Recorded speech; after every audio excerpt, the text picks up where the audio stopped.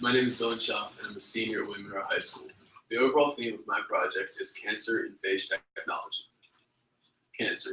Each year, over 500,000 people die from cancer-related diseases. This makes it the second leading cause of death in the United States. I personally have had family members that are struck by cancer. I've lost a grandparent, and one of my grandfathers is fighting a battle with prostate cancer currently. And I've also had friends and family who died of cancer. Now, the reason that cancer is so deadly is because at its early stages, it's very difficult to detect. The tumors but by the time they're large enough that most people find them or symptoms are prevalent enough, it is often too late to do anything for the patient. Now, by George P. Smith in 1985 that is being used to solve this problem of early detection is known as phage display. He developed this technology in order to test some of the antibodies he was creating. Now, this is a bacteriophage that holds genetic information, and then it has a sheath, base plate, and legs. Now, in order for a bacteriophage to be used in phage display, a peptide chain must first be attached to the bacteriophage, and then it must be tagged with a radioactive isotope. Now, the purpose of the peptide chain is because a peptide is comprised of amino acids, and this peptide chain will bond to what is known as a biomarker in an organism. Now, each form of cancer, whether it's ovarian, pancreatic, breast, has its own unique biomarker that only that type of cancer will produce. Now, I did a lot of my research around pancreas as a model when explaining. The biomarker for pancreatic cancer is called plectin. So in an organism with pancreatic cancer, it will show plectin on each cancer cell, and only pancreatic cancer. So when developing a bacteriophage for phage display, a peptide that only binds to plectin is used, so you will not get a false positive on results. Now, for the process of phage display, a library of engineered bacteriophages with the amino acid that bonds to the biomarker is made. It is then introduced to the organism, so only the bacteriophages with an exact match that fit into the biomarker will remain. After they've been introduced, the remaining are washed away. Now, I talked about a radioactive isotope earlier. This radioactive isotope allows for traditional imaging techniques to be used. So the patient will have a phage display procedure, and then they will be put on an MRI. The MRI will find the radioactive isotopes, even very small ones can be seen. So a couple millimeters long tumors can be located without cutting into the organism. Now, my research question that I answered is, what makes phage display the premier method for the early detection of cancer? This is as opposed to a standard method, and it has three major drawbacks. First, it leaves very large and unnecessary scars. These are scars just to locate the cancer, let alone once they decide to remove it.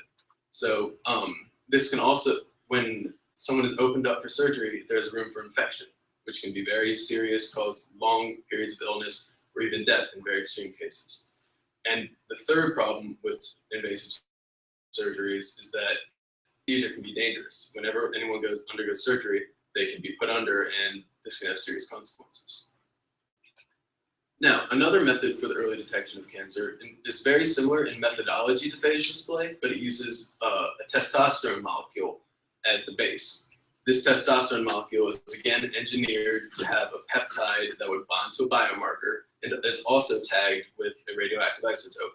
In a lecture I attended, they used isotope of zirconium as their tag. Now, the only problem with this method is that increased levels of testosterone have been shown to increase the likelihood of prostate cancer. So by fighting one cancer, we are increasing the likelihood of another. This method of phage display is very new. However, it's also very effective. So a lot of the improvements aren't coming in the technology, but funding is very key.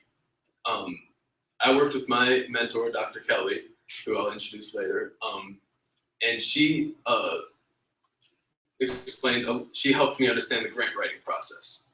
She said that a lot of her funding in her lab comes from the National Institutes of Health. This is a very large government-run organization that distributes funding to individual research labs.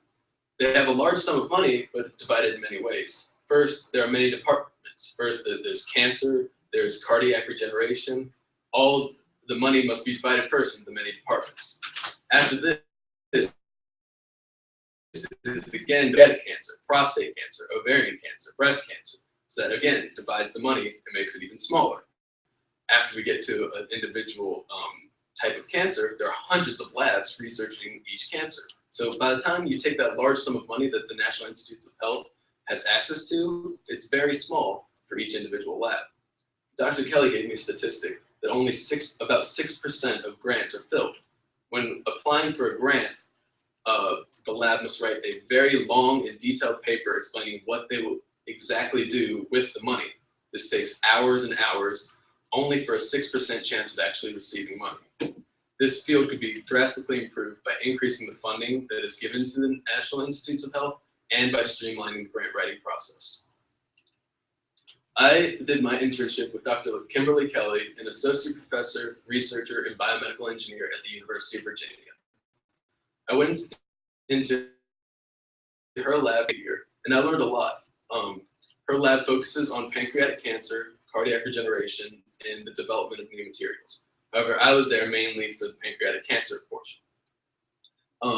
I worked and I was able to see live cancer cells and actually did a few things by myself. Here I'm doing a very basic process where I'm pouring gel for plates which they will use to grow bacteria. This is very small, but it was actually really exciting to me because they actually use these plates in their research. They're doing groundbreaking research, and I helped make some of the plates that they used. In addition, I did a process known as titering. This process that is used to find the concentration of a molecule in a solution. In this case, I was titering samples of bacteriophages to see their concentration. It involves diluting a sample over and over and over again until it is extremely diluted, and then counting the number of growths you have, which then can show you how concentrated the sample is as a whole. For my community service, I worked with the Marty Whitlow Ovarian Cancer Research Fund. This is a picture of Marty Whitlow. She died 4 years ago from ovarian cancer. I worked with her sister as my mentor, Ms. Susie Newhouser. And on her deathbed, Marty Whitlow asked her beloved doctor, "What could my friends and family do to help you? You've been so great to me. How can we give back?" Now, the first thing that came to his mind was funding. Again, as I stated earlier, funding is very inconsistent and difficult to come by for researchers. So thus, the Marty Whitlow Ovarian Cancer Research Fund was born. I worked 2 main events with them. The first was a pancake breakfast in which I helped cook sausage all day, and we raised a pretty good chunk of money for the UVA Cancer Center. And then after this, I helped with the Dance for Life event. It's brought a bunch of people together where there's a silent auction, live music, and our very own Mr. Caraway's band was one of the performers. That was a great event. A lot of great people came together to raise money for an amazing cause, and I got to see one of the heads of Burbick's perform. For my legacy, on March 2nd, I will be working with the Relay for Life. I've coordinated with my head coach. He will help every year bring a large group of football players to come to this event and raise awareness for the Relay for Life. I've coordinated, he will be, so this is on March 2nd.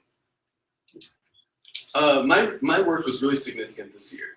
First of all, it was very significant to me. I've lost, as I said earlier, I've lost members to cancer. So any work that I can do in this field is very meaningful to me because it can help suffering the losses that my family has suffered. And it's also very significant as a whole because, as I said earlier, cancer is the second leading cause of death in the United States. So work has to be done to help alleviate this. I learned a couple things about myself. First, I loved the feeling of working in a lab. I was surrounded by brilliant minds who, even though they had their PhDs, were still trying to learn. They were learning how can we save people from cancer. And this is what I picture myself doing. I picture myself working in a lab doing research. I also learned that I would like to pursue biomedical engineering in college. All of the work they were doing was very interesting to me, and I love biology, and this is a great way. For future Berwick students, I would suggest that they start their internship in community. I did not do this, but it would have taken a lot of stress off of getting all your hours. If I could have done things differently, I most definitely would have started during the summer. And I'd also make sure work early and work with your advisor. That helps so much, talking to my advisor, seeing what am I doing wrong, what can I do better, so I can fix this before due dates rather than a couple of days before. If I could have done things differently, again, I would have started during the summer, but I also would have, I set myself up for failure, honestly. I wanted for my community service to run and manage a team for the Relay for Life. I came to find out that this would be far much more than this. And by the time I realized this, it was very late, and I had to scramble in order to find a new community service member. It's good to set your sights high, but make sure that you are doing something manageable. Next year, I will be attending the University of Virginia School of Engineering, where I will either major in biomedical engineering or mechanical engineering. But after this project, I'm definitely leaning towards biomedical engineering. Are there any questions?